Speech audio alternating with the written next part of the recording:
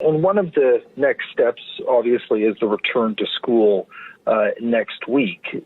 We anticipate Minister Fleming will give us some more details later today about the federal funding. But holistically, what would you say to parents, to teachers, around whether there is enough time at this point to make the changes to make people feel comfortable about returning to classes a week from today?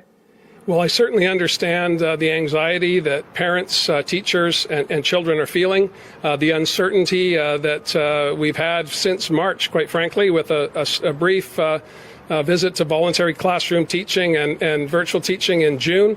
That gave us a good starting point. I had a long meeting with Terry Mooring of the BC Teachers Federation and her executive yesterday with Minister Fleming. We talked about a range of options for the $242 million that the federal government, and I thank you, Minister Murray, that the federal government has put into what is exclusively provincial jurisdiction.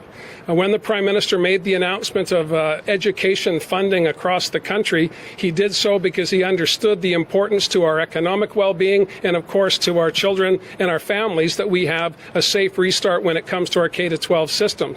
I believe we have ample time to make the changes that we'll need going forward. And I said to Terry Mooring, and I say to parents today, that Minister Fleming and this government will be focused every day on making sure that children are safe, that families are safe, and those that work inside our school system are safe. And there is no rigid plan other than the plan to get started and make sure that we have in place the physical distancing guidelines that we need, hand washing ability, and the cohorts that we're developing. And that was in concert with advisory groups from trustees, parents, teachers, administrators, all working collaboratively. We've had the 60 school districts canvass parents. On average, about 80% or better are ready, willing, and able to send their kids back to school next week.